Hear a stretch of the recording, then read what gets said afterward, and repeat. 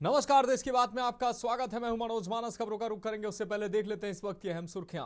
पूर्व केंद्रीय मंत्री श्री प्रकाश जायसवाल का निधन, कार्डियोलॉजी में ली अंतिम सांस।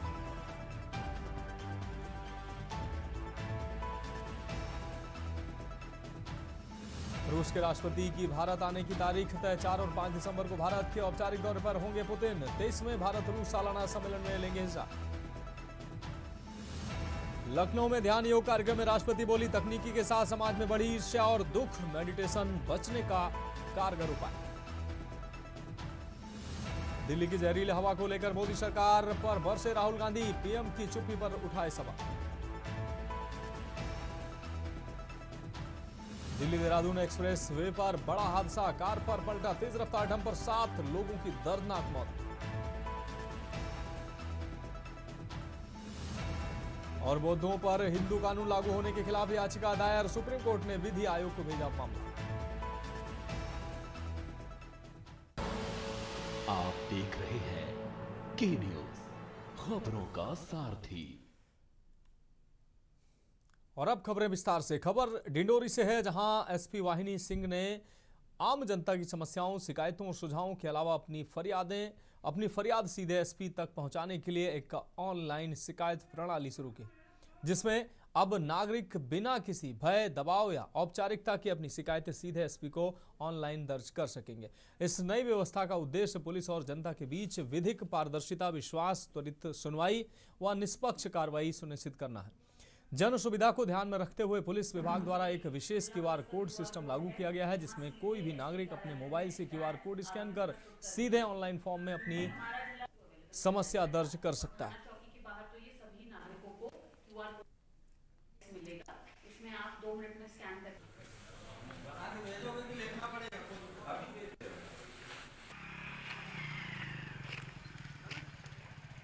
जिला पुलिस के द्वारा जारी किए गए हैं। इनको स्कैन करके एक नॉर्मल कैमरा में एक आवेदन पत्र ओपन होगा, जिसपे जो भी डिंडोरी के लोग हैं वो शिकायत अपनी कर सकते हैं। यदि कोई बाहर रह रहा है, उसकी कोई शिकायत है, माता पिता यहाँ रह रहे हैं, तो वो भी कर सकता है। बेसिकली ये बहुत ही इजीली यूजेबल है। ये फॉर्म भर के इसको सबमिट करेंगे अब तो वो एक नॉर्मल शिकायत की तरह एसपीसीसी बन के हमारे कार्यालय में आ जाएगा, और फिर उसको एक नॉर्मल शिकायत की तरह हम जांच में आगे प्रस्तावित कर देंगे, और आपकी जो सेटिस्फैक्शन है वो उसको इंश्योर कराने का प्रयास करेंगे। अब बढ़ेंगे अगली खबर की ओर। मुरैना में सरकारी रेलवे पुलिस जीआरपी ने ट्रेनों में यात्रियों को निशाना बनाने वाले एक अंतरराज्यीय चैन स्नैचिंग गिरोह का पर्दाफाश करते हुए बड़ी सफलता हासिल की है। जीआरपी पुलिस ने कार्रवाई करते हुए 6 शातिर आरोपियों को गिरफ्तार किया है, जो ट्रेनों में चैन स्नैचिंग की वारदातों को अंजाम देते थे। पुलिस द्वारा पकड़े गए 6 आरोपियों के कब्जे से चोरी का करीब 5 लाख का सोना बरामद किया गया है। बरामद सामान में सोने की जंजीर, मंगलसूत्र सहित कई अन्य सोने के आभूषण शामिल हैं, जिन्हें पुलिस ने जब्त कर लिया है। इसके अलावा आरोपियों के पास से 20,000 की नकदी भी बरामद हुई है। पुलिस के अनुसार पकड़े गए सभी आरोपी उत्तर प्रदेश के हाथरस और मिर्जापुर के रहने वाले हैं। यह गिरोह खासकर लंबी दूरी की ट्रेनों में सक्रिय था और यात्रियों से सोने के आभूषण छीनने की वारदातों को अंजाम देता था। जीआरपी पुलिस अब इन आरोपियों से आगे की पूछताछ कर रही है, ताकि इनके अन्य साथियों और वारदातों का पता लगाया जा सके। जीआरपी की इस त्वरित कार्रवाई से ट्रेन यात्रियों ने राहत की सांस ली है।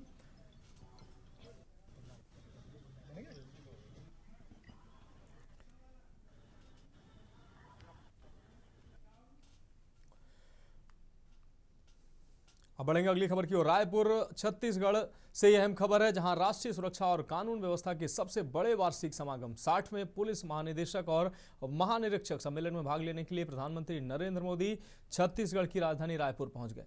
ये 3 दिवसीय महत्वपूर्ण सम्मेलन आईआईएम परिसर नवा रायपुर में आयोजित किया जा रहा है, जिसका मुख्य विषय विकसित भारत सुरक्षा आयाम है। स्वामी विवेकानंद एयरपोर्ट पर प्रधानमंत्री का भव्य स्वागत किया गया। इस अवसर पर उनके साथ केंद्रीय गृह मंत्री अमित शाह, छत्तीसगढ़ के मुख्यमंत्री विष्णुदेव साय, राज्यपाल और अन्य वरिष्ठ भाजपा नेता मौजूद रहे।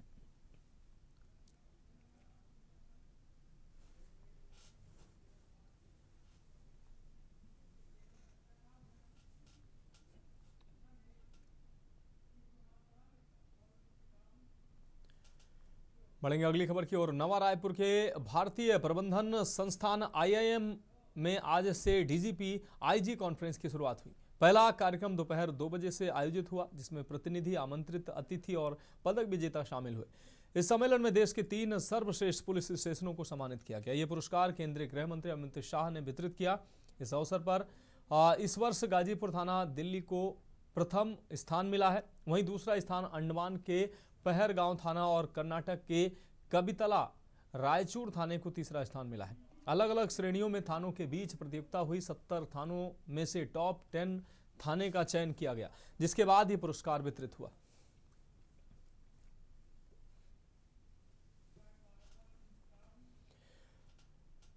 अब बढ़ेंगे अगली खबर की ओर। डीजीपी और आईजी के राष्ट्रीय कॉन्फ्रेंस के बीच बस्तर क्षेत्र में सक्रिय एमएमसी जोन के नक्सलियों ने एक चौंकाने वाला प्रेस नोट जारी किया। इस प्रेस नोट में उन्होंने हथियारबंद, संघर्ष विराम और सामूहिक आत्मसमर्पण की घोषणा की है।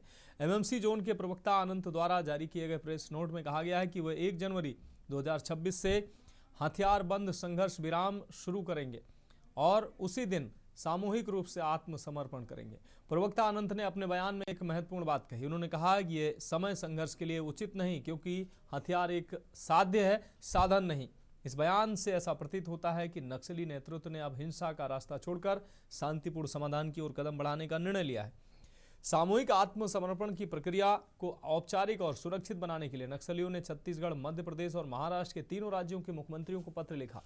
इस पत्र में उन्होंने सरेंडर स्थल पर केंद्रीय गृह मंत्री या संबंधित राज्य के मुख्यमंत्री की उपस्थिति की मांग की, ताकि यह सुनिश्चित हो सके कि आत्मसमर्पण की प्रक्रिया पारदर्शी और सरकारी देख रेख में संपन्न हो।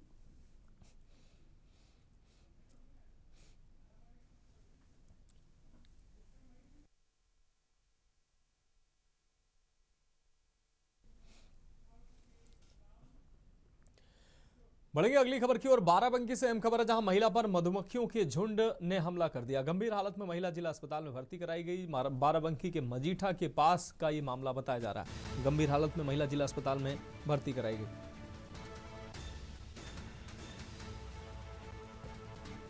तो उत्तर प्रदेश के बाराबंकी से अहम खबर आपको दिखा रहे हैं। बाराबंकी के मजीठा के पास का ये पूरा मामला है। गंभीर हालत में महिला जिला अस्पताल में भर्ती कराई गई है। महिला पर मधुमक्खियों के झुंड का हमला। बाराबंकी से अहम खबर, महिला पर मधुमक्खियों के झुंड ने हमला किया है। बाराबंकी के मजीठा के पास का यह पूरा मामला है। गंभीर हालत में महिला जिला अस्पताल में भर्ती कराई गई है।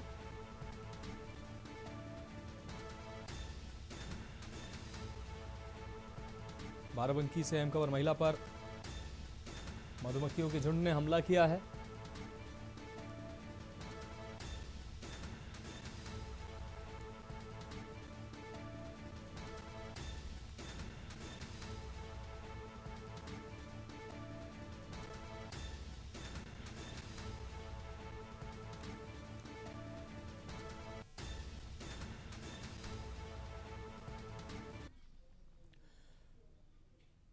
अब बढ़ेंगे अगली खबर की ओर। खबर जनपद बहराइच से, जहां पुत्र ने पिता पर फावड़े से वार किया है, जिससे पिता की मौत हुई है। वारदात से इलाके में सनसनी फैल गई है। शव को कब्जे में लेकर पोस्टमार्टम के लिए भेजा गया है।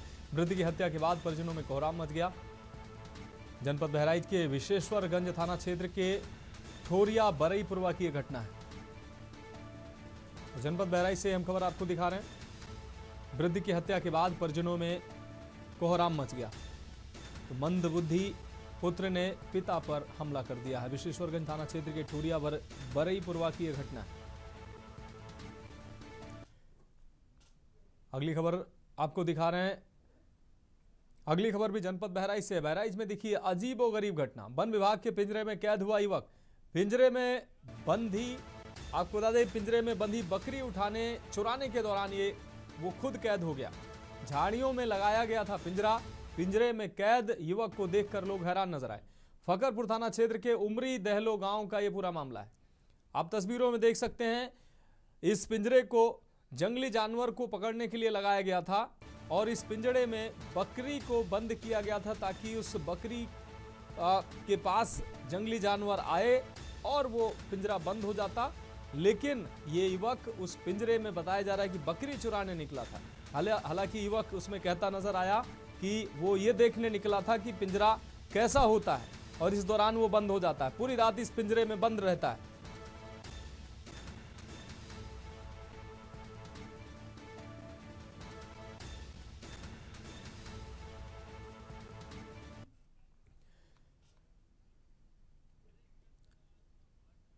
बढ़ेंगे अगली खबर की ओर। जनपद कानपुर देहात से ये खबर है। कानपुर देहात पहुंचे यूपी के पूर्व मुख्यमंत्री और समाजवादी पार्टी के राष्ट्रीय अध्यक्ष अखिलेश यादव ने जमकर बीजेपी सरकार पर हमला बोला। साथ ही एसआईआर के बहाने चुनाव आयोग और केंद्र की मोदी सरकार को घेरने का काम किया। इस दौरान उन्होंने लोगों से एसआईआर फॉर्म भरने की अपील की और पार्टी कार्यकर्ताओं से लोगों की मदद करने की अपील की। दरअसल यूपी के पूर्व मुख्यमंत्री और समाजवादी पार्टी के राष्ट्रीय अध्यक्ष अखिलेश यादव एक दिवसीय दौरे पर जनपद कानपुर देहात पहुंचे, जहां मूसा नगर क्षेत्र के सराय स्थित रामदुलारी मेमोरियल पीजी महाविद्यालय में आयोजित कार्यक्रम में शिरकत किया। उन्होंने पूर्व मुख्यमंत्री अखिलेश यादव ने जहां मूर्तियों का अनावरण किया और कई कार्यों का शिलान्यास भी किया। इस दौरान अखिलेश यादव ने लोगों को संबोधित करते हुए बीजेपी सरकार पर जमकर हमला बोला और सीएम योगी के दिए गए बयान पर पलटवार किया।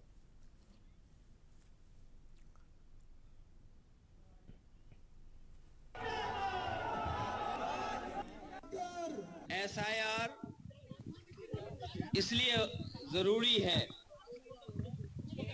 तो सरकार को उसकी पूरी तैयारी करनी चाहिए। एसआईआर इसलिए हो कि सबका वोट बन जाए। एसआईआर इसलिए नहीं हो कि हमारे चिन्हित करके समाजवादियों के वोट काटे जाएं। और आपने बीएलओ को ट्रेनिंग नहीं कराई। कई बीएलओ जो मेहनत कर रहे हैं उनको समय नहीं दिया गया। एसआईआर अगर सरकार करना चाहती है तो सबसे पहले समय बढ़ाना चाहिए। आखिरकार जल्दीबाजी क्या है?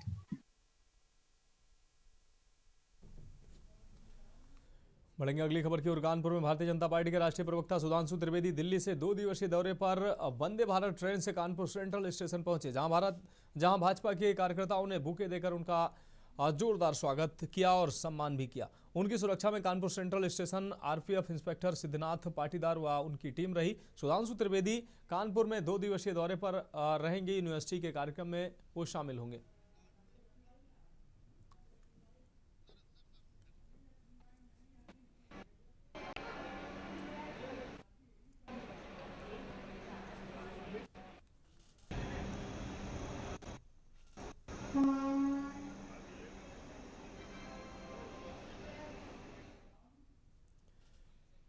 बढ़ेंगे अगली खबर की ओर। खबर फिरोजाबाद से है, जहां फिरोजाबाद के थाना जसराना क्षेत्र के तहत एटा मार्ग पर शुक्रवार को सिकुआबाद डिपो की तेज गति से आ रही रोडवेज बस की चपेट में आ जाने से 2 बाइक सवार युवक कुचल गए और जिनकी मौके पर ही मौत हो गई, जबकि बाइक बस के नीचे फंस गई। चालक जिसे 2 किलोमीटर तक घसीटता हुआ ले गया और क्षेत्र के लोगों के शोर मचाने के बाद चालक ने बस को रोका। हादसे की जानकारी पर पहुंची थाना पुलिस ने पीछा कर बस और चालक को हिरासत में ले लिया। चालक के खिलाफ वैधानिक कार्रवाई की गई है। इन लोगों का पोस्टमार्टम कराकर परिजनों को सौंपा गया। युवकों की दर्दनाक मौत पर परिवार में कोहराम मच गया।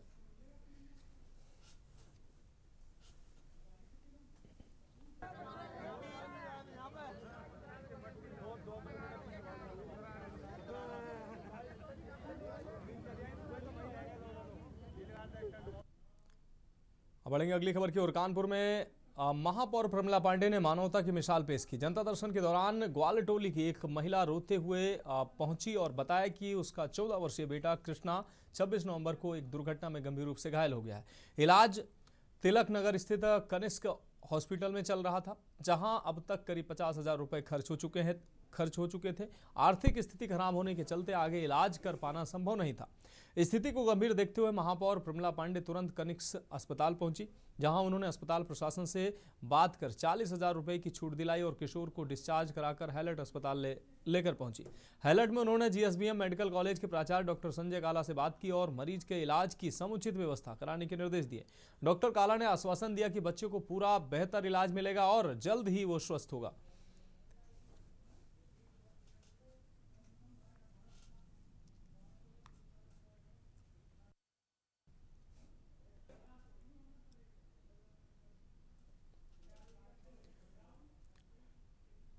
अगली खबर बांदा से है, जहां बांदा में एसआईआर के काम को बंद कर हड़ताल पर जाने से जिले में लोगों को एसआईआर कराने के लिए भटकना पड़ रहा है, क्योंकि फतेहपुर जिले में तैनात लेखपाल सुधीर कुमार की आत्महत्या ने पूरे उत्तर प्रदेश के राजस्व विभाग में आपको बता दें आग में घी का काम किया। सुधीर की मौत के बाद बांदा जिले के सैकड़ों लेखपालों ने गुरुवार को पूरे जिले में SIR सर्वे का काम पूरी तरीके से बंद कर दिया और जिला मुख्यालय स्थित तहसील परिसर में जोरदार धरना शुरू किया। उनके द्वारा धरने में महिला लेखपाल भी बड़ी संख्या में शामिल हुई और प्रदर्शनकारी दोषी अधिकारियों पर हत्या का मुकदमा दर्ज करने तक आंदोलन जारी रखने के नारे के तहत प्रदर्शन में नजर आए।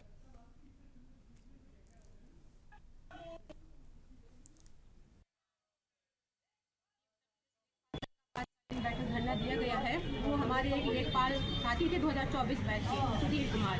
वो जिला फतेहपुर के तहसील बिनकी में कार्यरत थे। नया लड़का था, उनको SIR का कार्य चल रहा है, उस पर इतना दबाव बनाया गया, शादी की छुट्टी ली है, उसके बावजूद जाकर उनके घर पे काफ़ी जो सुनने में आया कानून को द्वारा अपशब्द कहे गए, जिससे वो दुखित होकर आत्महत्या जैसा कदम उठा लिया है। तो उसी के विरोध में आज हम सब लोग आज फिलहाल एक दिन के लिए धरना प्रदर्शन कर रहे हैं और इसके आगे जैसा डिसाइड होगा आगे भी इसको चलाएंगे।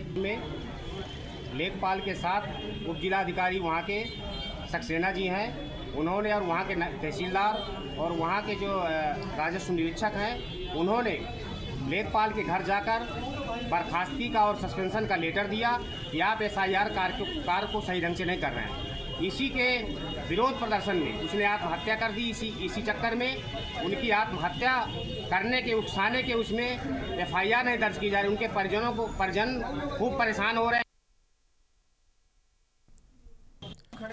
सदर तहसील बांदा में, और मैं आपको बता दूं कि मेरे साथ आप देख पा रहे हैं कि यहाँ लेखपाल संघ का धरना प्रदर्शन चल रहा है और धरना प्रदर्शन का कारण है कि SIR का काम कर रहे लेखपाल संघ के एक कार्यकर्ता जो फतेहपुर के हैं, उनको SIR के चलते छुट्टी ना मिलने से, मैं आपको बता दूं कि 26 नवंबर को शादी थी उसकी, और शादी में छुट्टी ना मिलने और SIR में कार्य की प्रगति है को देखते हुए वहाँ के जो SDM है और वहाँ के जो और अधिकारी हैं उनके द्वारा उन पर दबाव डाला गया, उनको बेइज्जत किया गया मीटिंग के दौरान और साथ ही उनको सस्पेंशन करने का निर्देश दिया गया था, जिसके चलते उस लड़के ने फ्रस्ट्रेट होकर के आत्महत्या कर ली। आज उसी आत्महत्या के कारण नाराज लेखपाल संघ ने आज पूरे उत्तर प्रदेश में धरने का ऐलान किया है और आज बांदा में धरना प्रदर्शन कर रहे हैं। आखिर उस मृत व्यक्ति को, उस मृत लेखपाल को न्याय दिलाने के लिए आज सारे लेखपाल यहाँ पर मौजूद हैं। क्या मृत लेखपाल को न्याय मिलेगा? क्या SDM के खिलाफ FIR दर्ज होगी? क्या अधिकारी जेल जाएंगे? ये कह पाना मुश्किल है, लेकिन जिस तरीके से आज लेखपालों ने अपनी कमर कसी है आंदोलन के रूप में, इससे लगता है कि आगे आने वाले समय में उस मृत आत्मा को न्याय मिलेगा और यकीनन उन अधिकारियों पर कठोर कार्रवाई होगी। बांदा से के न्यूज़ के लिए भगत सिंह।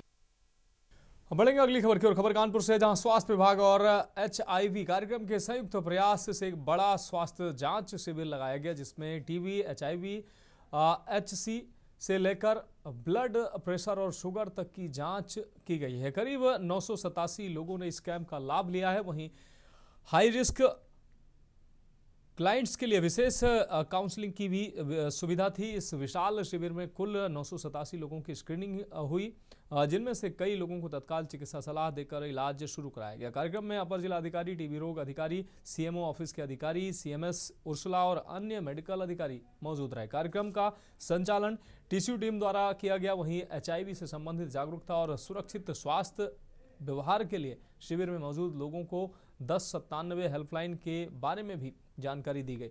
एट रिस्क आपको बता दें, क्लाइंट्स को विशेष रूप से जागरूक किया गया। उन्हें रोगों की समय पर जांच, सुरक्षित व्यवहार और 1097 हेल्पलाइन के उपयोग के बारे में बताया गया।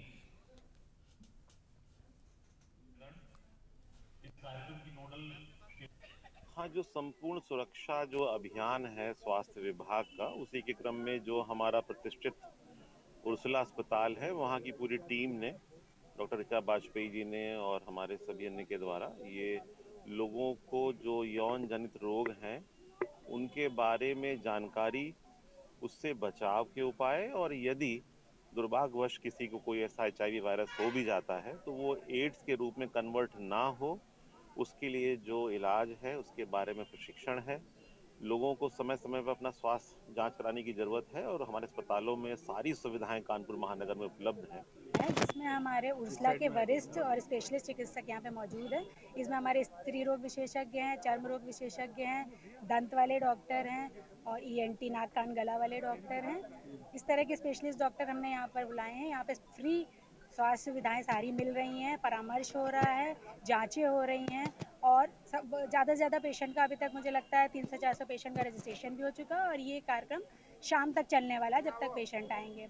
और इसमें हमारा मेन टारगेट है, संपूर्ण सुरक्षा केंद्र द्वारा ये आयोजित किया गया है। बढ़ेंगे अगली खबर की ओर। इटावा में ब्राह्मण संगठनों में भारी आक्रोश देखा गया। ब्राह्मण महासभा और अखिल भारतीय ब्राह्मण महासभा के पदाधिकारियों और संगठन के सैकड़ों ब्राह्मण लोग एक साथ कचहरी में पहुंचकर धरनारत नजर आए और नारेबाजी भी की। जिलाधिकारी को अपने ज्ञापन में उन्होंने IAS संतोष वर्मा ने जो बयानबाजी की है उससे बहन बेटियों का अपमान हुआ है, उनके खिलाफ मुकदमा पंजीकृत कर उन्हें जेल भेजने की कार्रवाई की जाए। ब्राह्मण महासभा के प्रदेश अध्यक्ष अरुण दुबे ने कहा कि इस तरह एक वरिष्ठ अधिकारी को यह सब नहीं करना चाहिए। उनको इस बयान पर उनके खिलाफ मामला पंजीकृत कर उनको नौकरी से बर्खास्त किया जाए और जेल भेजा जाए। अखिल भारतीय ब्राह्मण महासभा के जिला अध्यक्ष आदित्य वाजपेयी ने मांग रखी कि उनके खिलाफ कार्रवाई सुनिश्चित की जाए, अन्यथा ब्राह्मण संगठन आंदोलन को मजबूर होगा, क्योंकि इस तरह से ये बयान बहन बेटियों का अपमान है।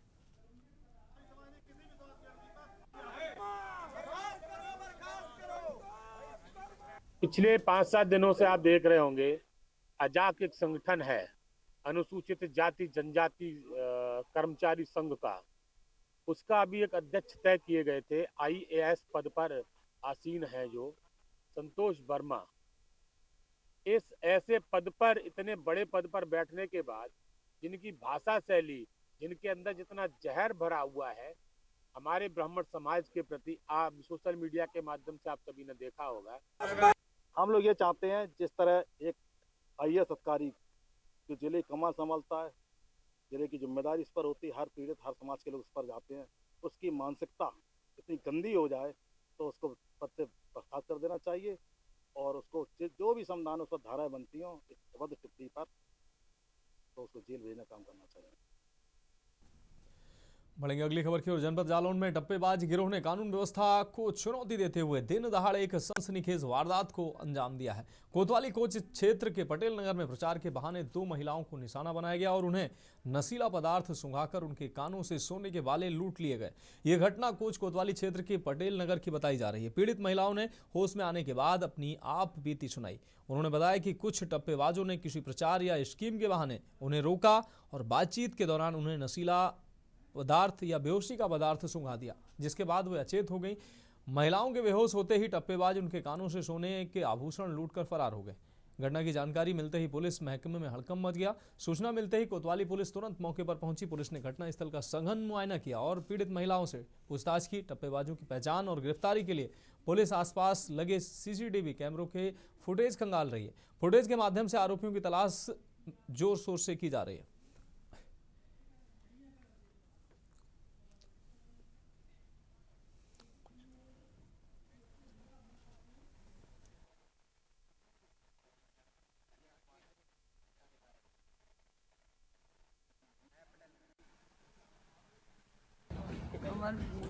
पहले भी पायल साफ करिए, फिर एक जाने पता नहीं क्या सुहा दिया, ऐसे बेहोश हो गए हम लोग। सिर्फ बाला उतार लिए कान से। अच्छा, कितने बजे की घटना है? 12:30। किस किस की उतारे? हमारे और रानी के। अच्छा, इनका क्या नाम है? रानी देवी।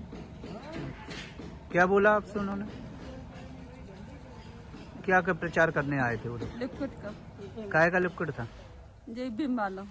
अच्छा, फिर उसके बाद पहले लोटा साफ करवाया, फिर पाने, बस फिर पता नहीं क्या सुंघा दिया, एकदम से हम लोग बेहोश हो गए दोनों लोग।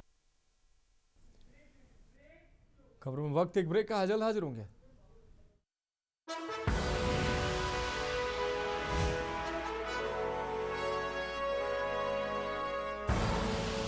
आप देख रहे हैं कि ब्रेक के बाद इसके बाद में एक बार फिर से आपका स्वागत। रुक करेंगे अगली अहम खबर का। खबर बागपत से, जहां दिल्ली की 22 वर्षीय युवती तैयबा उर्फ आयात की खौफनाक मौत की गुत्थी अब पूरी तरह से सुलझ चुकी है। ये चौंकाने वाला खुलासा हुआ है, इस जघन्य हत्या को किसी और ने नहीं बल्कि उसी शख्स ने अंजाम दिया जिससे उसने प्रेम विवाह किया था। उसके पति फैसल चौधरी ने दिल्ली के दयालपुर इलाके से गायब हुई तैयबा की लाश बागपत के सरूरपुर गांव के जंगल में गोली लगी हालत में मिली थी। दिल्ली पुलिस द्वारा हिरासत में लिए गए आरोपी फैसल चौधरी ने कड़ाई से पूछताछ के दौरान अपना जुर्म कबूल कर लिया। उसने बताया कि उसने अपनी पत्नी तैयबा की हत्या इसलिए की क्योंकि तैयबा उस पर घर में रखने और उसे परिवार से मिलवाने का लगातार दबाव बना रही थी। फैसल पहले से ही शादीशुदा था। वह न तो तैयबा को यह सच्चाई बताना चाहता था और न ही अपनी पहली पत्नी को अपनी दूसरी शादी का पता चलने देना चाहता था। इस सामाजिक और पारिवारिक डर ने उसे तैयबा को रास्ते से हटाने की साजिश रचने पर मजबूर कर दिया।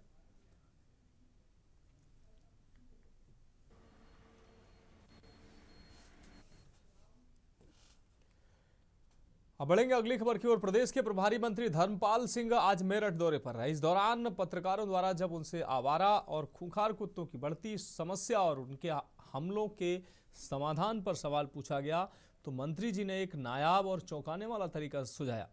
मंत्री धर्मपाल सिंह ने इस समस्या के समाधान के लिए प्राचीन मोहल्ला बंटवारे के नुस्खे को अपनाने का दावा किया। मंत्री धर्मपाल सिंह ने दावा किया कि पहले के समय में कुत्ते हमला इसलिए नहीं करते थे क्योंकि पहले कुत्तों के मोहल्ले बटे होते थे। एक कुत्ता दूसरे के मोहल्ले में नहीं जाता था, वहीं उसे रोटी मिल जाती थी। उन्होंने जनता और अधिकारियों को यह तरीका अपनाने की सलाह देते हुए कहा, आप भी ऐसा करिए, कुत्तों के मोहल्ले बांट दीजिए, कुत्ता काटना बंद कर देगा। योगी सरकार की दो प्राथमिकता, नंबर 1 विकास, तो कोई जीव जंतु प्राकृतिक नदियां और ये सब वायु का प्रदूषण रोकने के लिए ये चीजें बहुत आवश्यक हैं। पहले रोटी गाय को, आखिरी रोटी कुत्ते को। पहले आप लोगों देखो, मैं व्यवस्था के अनुसार, भारतीय सभ्यता के अनुसार हमें पशुओं से प्रेम करना चाहिए। पशुओं को आज जो जंगल और वन ये सब काट काट के इनके घर उजाड़ दिए हैं, अब ये कहाँ जाएंगे? तो इसलिए थोड़ी चिंता करनी चाहिए आप लोगों को, आपके प्रयास से पेड़ लगें।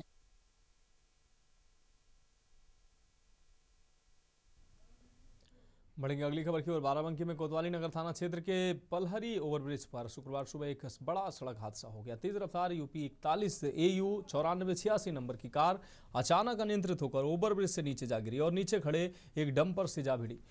हादसे में कार चालक नीरज गुप्ता निवासी लखफेड़ा बाग गंभीर रूप से घायल हो गए। परिजनों के मुताबिक नीरज लखनऊ से पलहरी स्थित अपनी दुकान की ओर जा रहे थे, तभी यह हादसा हुआ। टक्कर इतनी जोरदार थी कि कार बुरी तरह से क्षतिग्रस्त हो गई, लेकिन गनीमत रही कि एयरबैग्स खुल गए और नीरज ने सीट बेल्ट लगा रखी थी, जिससे उनकी जान बच गई। हादसे में उनके पैर के घुटने में फ्रैक्चर है, सिर और सीने में चोट आई। मौके पर मौजूद ट्रैफिक पुलिस कर्मियों ने तुरंत घायल नीरज को सरकारी वाहन से अस्पताल भिजवाया।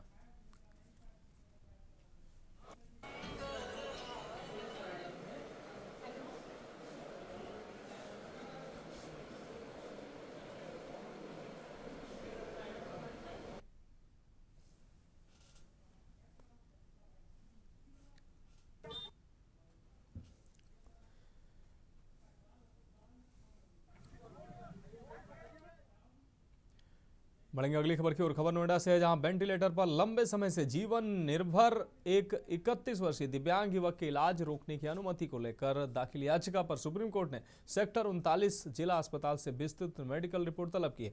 गाजियाबाद के राजनगर निवासी ये युवक पिछले 10 वर्षों से अधिक समय से 100% दिव्यांगता से पीड़ित है और कई जीवन रक्षक उपकरणों पर निर्भर है।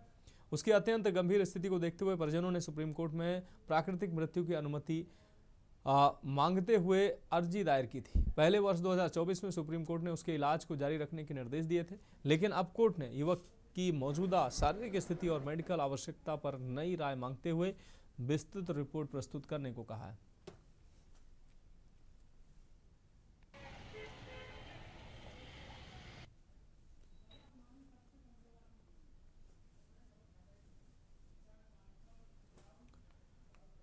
अब बढ़ेंगे अगली खबर की ओर। जनपद मुजफ्फरनगर थाना कोतवाली नगर क्षेत्र के शिव चौक स्थित पुलिस द्वारा देर रात चेकिंग अभियान चलाया जा रहा था, जिसमें पुलिस ने एक गाड़ी को रोकने का इशारा किया। गाड़ी चालक गाड़ी लेकर भागने में सफल रहा था, जिसे पुलिस ने देर रात्रि में अस्पताल चौक से गिरफ्तार कर लिया। वहीं पुलिस व आम जनता को जान से मारने की नियत से गाड़ी स्कॉर्पियो चलाकर भागे 4 युवकों को पुलिस ने गिरफ्तार कर लिया है। चारों युवक पुष्कर चौधरी, तरुण चौधरी, प्रियांशु और हुकुम सिंह बिजनौर के निवासी हैं।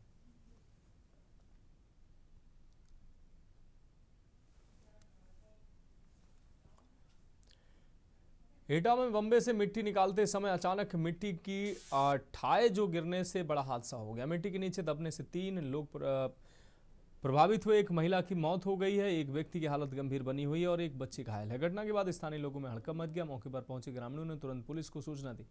सूचना मिलते ही पुलिस थाना प्रभारी जितेंद्र गौतम पुलिस बल के साथ मौके पर पहुंचे और रेस्क्यू ऑपरेशन शुरू कराया। थाना प्रभारी ने पूरे घटना स्थल पर बारीकी से खुदाई करवाकर राहत कार्य करवाया। स्थानीय लोगों के अनुसार ढाई गिरने से हादसा हुआ। वहीं मौके पर पहुंचे एसडीएम सदर विपिन कुमार मोरल और थाना प्रभारी जितेंद्र गौतम ने बताया कि 3 लोगों के दबे होने की जानकारी मिली थी। इसके आधार पर पुलिस टीम रेस्क्यू ऑपरेशन को सावधानीपूर्वक चला रही है।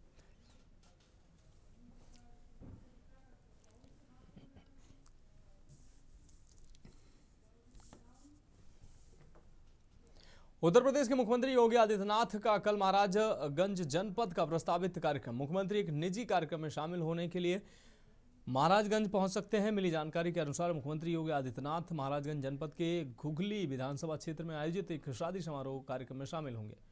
उनके दोपहर करीब 3 बजे कार्यक्रम स्थल पर पहुंचने की संभावना है। ये दौरा भले ही निजी हो, लेकिन मुख्यमंत्री के आगमन को लेकर जिला प्रशासन और पुलिस विभाग पूरी तरह से अलर्ट नजर आ रहा है। मुख्यमंत्री के प्रस्तावित कार्यक्रम को देखते हुए सुरक्षा के कड़े इंतजाम किए जा रहे हैं। जिला प्रशासन और पुलिस अधिकारियों ने सुरक्षा व्यवस्था की समीक्षा करते हुए हेलीपैड और मुख्यमंत्री के रूट को अंतिम रूप दे दिया है। यातायात को सुचारू बनाए रखने और सुरक्षा कारणों से रूट डायवर्जन भी पूरी तैयारी की गई है, ताकि मुख्यमंत्री के आवागमन के दौरान किसी प्रकार की अव्यवस्था न हो।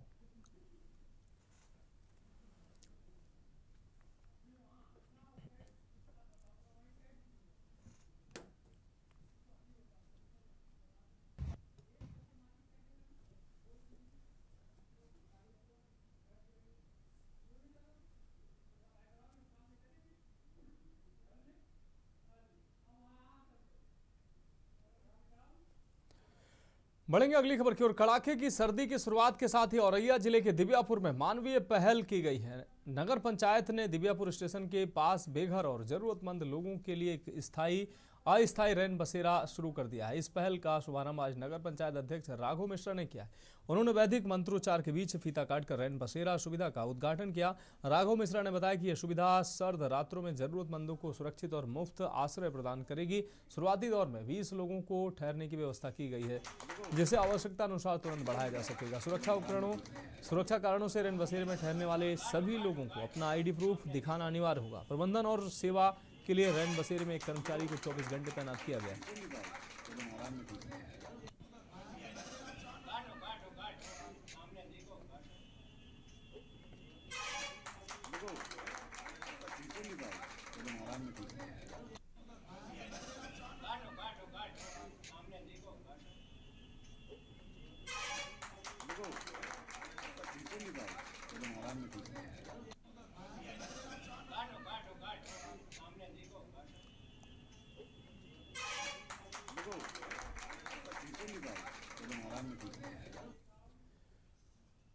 बढ़ेंगे अगली खबर की ओर। राजधानी लखनऊ में मतदाता सूची के पुनर्निरीक्षण अभियान को गति देने के लिए प्रदेश के उप मुख्यमंत्री ब्रजेश पाठक स्वयं सड़क पर उतरे। उन्होंने नागरिकों से सीधा संवाद स्थापित करने के लिए कुंडी खटकाओ अभियान में भाग लिया। उप मुख्यमंत्री ब्रजेश पाठक ने कैंट विधानसभा क्षेत्र के बूथ संख्या 22 पर पहुंचकर स्वयं घर घर गए और नागरिकों से बातचीत की। प्रत्येक पात्र नागरिक का नाम मतदाता सूची में सही रूप से दर्ज कराना। डिप्टी सीएम ने नागरिकों को संबोधित करते हुए कहा कि यह सुनिश्चित करना आवश्यक है कि प्रत्येक पात्र मतदाता का नाम मतदाता सूची में सही रूप से दर्ज हो। डिप्टी सीएम ने नागरिकों को मतदाता सूची से संबंधित कई महत्वपूर्ण जानकारियां दी। उन्होंने नागरिकों को आवश्यक फॉर्म उपलब्ध कराए, मतदाता सूची के सत्यापन की प्रक्रिया समझाई, नए नाम जोड़ने, संशोधन करने और नाम हटाने से संबंधित जानकारी विस्तार से दी।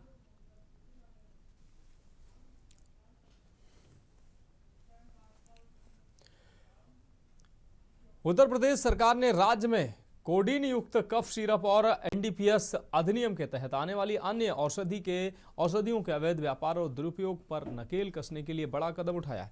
खाद्य सुरक्षा एवं औषधि प्रशासन विभाग के आयुक्त रोशन जैकब ने तत्काल प्रभाव से इन दवाओं के खरीद, बिक्री, भंडारण और वितरण पर सख्त रोक लगाने के निर्देश जारी किए। आयुक्त ने राज्य के सभी जिलाधिकारियों को विशेष रूप से निर्देशित किया है कि वे अपने अपने क्षेत्रों में इन प्रतिबंधित औषधियों की उपलब्धता की गहन जांच करें और निरंतर अनुश्रवण सुनिश्चित करें।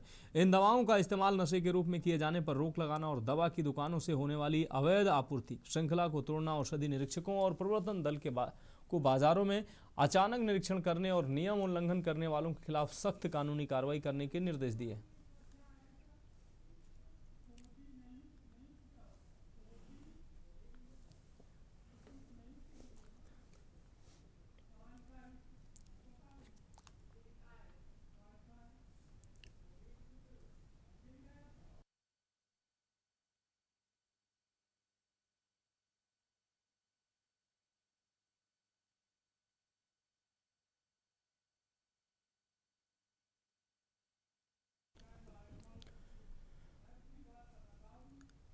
बढ़ेंगे अगली अहम खबर की ओर। कांग्रेस के कद्दावर नेता, पूर्व कोयला मंत्री और 3 बार कानपुर के सांसद रहे श्री प्रकाश जायसवाल का निधन हो गया है। 81 वर्ष की उम्र में उन्होंने अंतिम सांस ली। लंबे समय से बीमार चल रहे श्री प्रकाश जायसवाल की तबीयत आज शुक्रवार सुबह अचानक ज्यादा बिगड़ गई, जिसके बाद उन्हें कानपुर की कार्डियोलॉजी अस्पताल ले जाया गया, जहां डॉक्टरों ने उन्हें मृत घोषित कर दिया। कांग्रेस के वरिष्ठ नेता और कानपुर की राजनीति का एक बड़ा नाम श्री प्रकाश जायसवाल अब हमारे बीच नहीं रहे। शुक्रवार सुबह तबीयत बिगड़ने पर उन्हें कार्डियोलॉजी ले जाया गया, लेकिन डॉक्टर उन्हें बचा नहीं सके। 81 वर्षीय जायसवाल काफी समय से अस्वस्थ चल रहे थे। राजनीतिक जीवन में उनका कद हमेशा ऊंचा रहा। वे न केवल कानपुर के 3 बार सांसद रहे, बल्कि मनमोहन सिंह सरकार में गृह राज्य मंत्री और कोयला मंत्री जैसे अहम पदों पर भी रहे।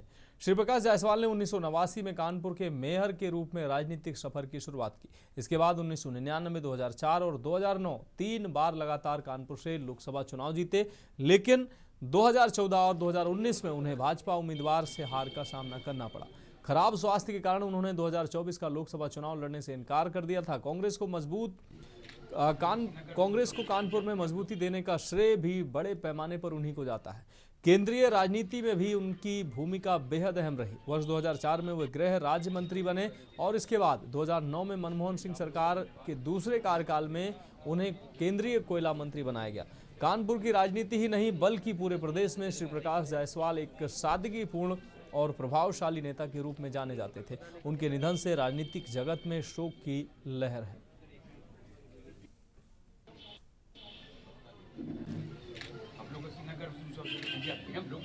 जायसवाल पूर्व गृह राज्य मंत्री, पूर्व कोयला मंत्री, हमारे बीच में हम सब लोगों को तनहा छोड़कर चले गए। श्री प्रकाश जायसवाल जी से हम 1988 में मिले थे। अब बढ़ेंगे अगली खबर की ओर। बॉलीवुड फिल्मों में बाल कलाकार की भूमिका निभाने के बाद विकासनगर के युवा ओजस्वी त्यागी अब रैप वॉक पर अपना जलवा बिखेरने जा रहे हैं। दरअसल सिनमिट कम्युनिकेशन द्वारा मिस्टर उत्तराखंड मॉडलिंग प्रतियोगिता का आयोजन किया जा रहा है, जिसके चलते इस प्रतियोगिता के विभिन्न चरणों के बाद प्रदेश के विभिन्न जिलों से आए 110 प्रतिभागियों में से 18 का चयन फाइनल राउंड के लिए किया गया। इन 18 प्रतिभागियों में एक विकासनगर के ओजस्वी त्यागी भी हैं। खास बात यह है कि यह पहला मौका होगा जब पछवा दून क्षेत्र से किसी युवा का चयन इस तरह की प्रतियोगिता के मुख्य आयोजन के लिए हुआ है, जिससे क्षेत्र के लोगों सहित ओजस्वी के परिजन भी काफी खुश नजर आ रहे हैं। और 19 में से जो फिनाले में पहुंचे हैं, इस कंपटीशन में बहुत कुछ रहने वाला है। 30 तारीख को कंपटीशन होगा सेंट्रियो मॉल 6th फ्लोर पे, और इसमें पहले राउंड होगा अटायर का राउंड। इसमें 3 राउंड्स होने वाले हैं, एथनिक, कैजुअल्स और सूट्स। उसके बाद जो टोटल 19 फाइनलिस्ट हमारे हुए हैं, उसमें से टॉप 10 शामिल होंगे। उसमें से फिर एलिमिनेट करके टॉप 7 रहेंगे, और उसके बाद टॉप 5 रहेंगे। उनमें से जो टॉप 5 होंगे उनमें एक विनर रहेगा, और 4th जो 4 लोग हैं वो रनर अप्स रहेंगे। जैसे कि आपको पता है कि सिनमिट कम्युनिकेशन की तरफ से इस बार मिस्टर उत्तराखंड 2025 देहरादून में हो रहा है, और 30 तारीख को सेंट्रियो मॉल में, और पहली बार पचफादून से इसमें बेटे का सिलेक्शन हुआ है जो फिनाले में पहुंचा है।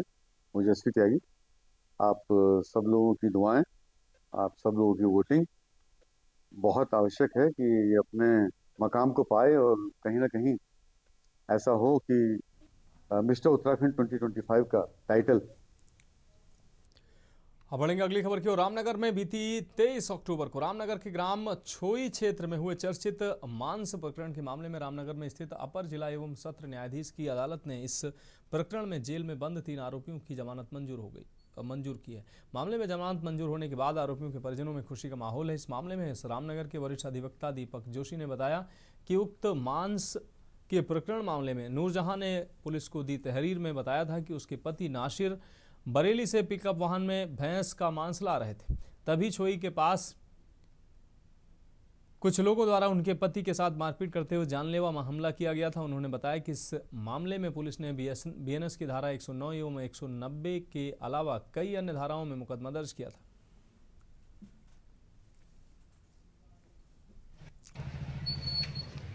बिल्कुल। इसमें यह था कि दिनांक जो था 23/10/2025 को जो था नासिर की वाइफ जो है नूरजहां है, इनके द्वारा एक तहरीर रामनगर कोतवाली में दी गई थी कि मेरे पति जो है बरेली से भैंस का मीट लेके आ रहे थे। तभी जो है उनके साथ जो है मारपीट की गई है छोई में और उन पर जानलेवा हमला किया, उनको गाड़ी के आगे फेंका गया है।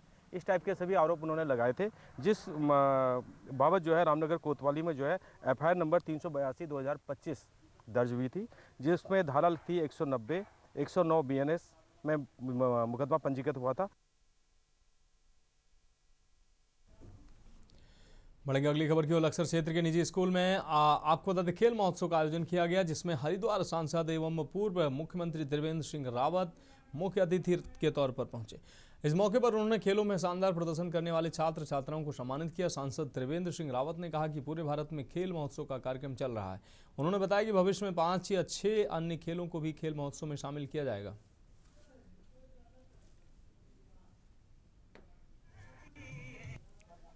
मैं ये कहना चाहूँगा, मेरे को काफ़ी अच्छा लगा मैं जब मेडल ले आया और यहाँ पे सब लोग आए हैं मेरे लिए, उनको भी बहुत बहुत जो मतलब सब लोग आए यहाँ पे कीमती समय निकाल के, उनको बहुत बहुत धन्यवाद कहना चाहूँगा।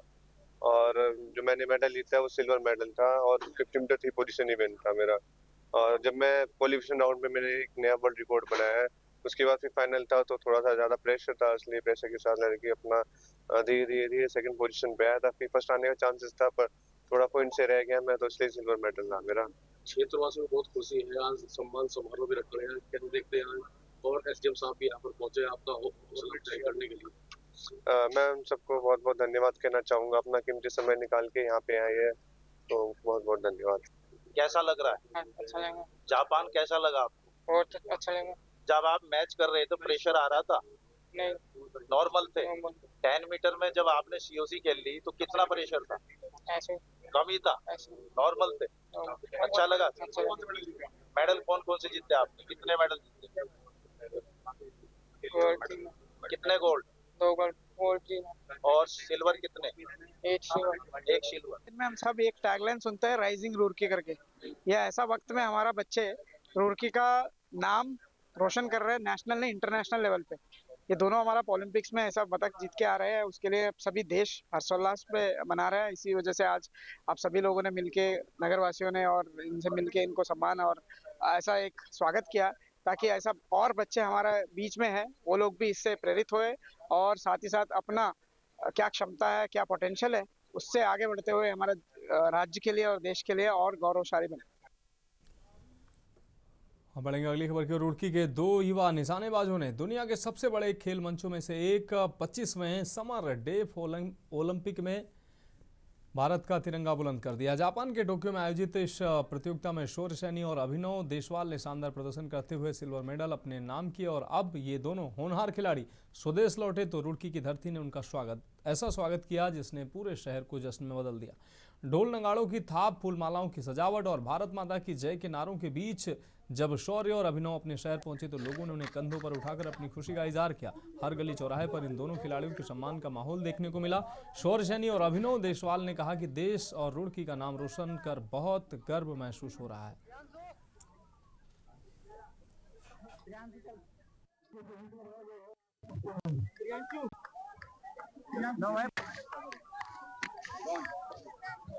माननीय प्रधानमंत्री जी के निर्देश पर और खेल मंत्री भारत सरकार के विशेष इंटरेस्ट से एक सांसद खेल महोत्सव की प्रतियोगिताएं पूरे देश में चल रही हैं और हर संसदीय क्षेत्रों में हजारों खिलाड़ी, नवोदित खिलाड़ी इन खेलों में भाग ले रहे हैं। इसकी खासियत ये है कि जो नेशनल गेम है वो तो इसमें सम्मिलित है ही, लेकिन 4-5 स्थानीय खेल जो किसी विशेष क्षेत्र में विशिष्ट तरह के खेल खेले जाते हैं उनको भी इसमें सम्मिलित किया गया है। शुरू करेंगे अगली खबर का। मदरसा अरबिया दारुल उलूम रशीदिया के मोहतमिम मौलाना मोहम्मद आरिफ पर लग रहे गंभीर आरोप बच्चे के परिजन ने मौके पर सवाल जवाब किए, जिनकी वीडियो रिकॉर्डिंग भी सामने आई।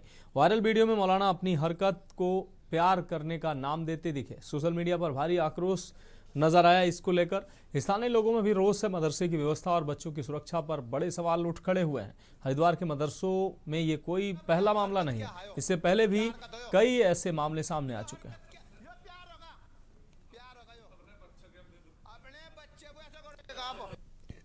इस कंपटीशन में बहुत कुछ रहने वाला है। 30 तारीख को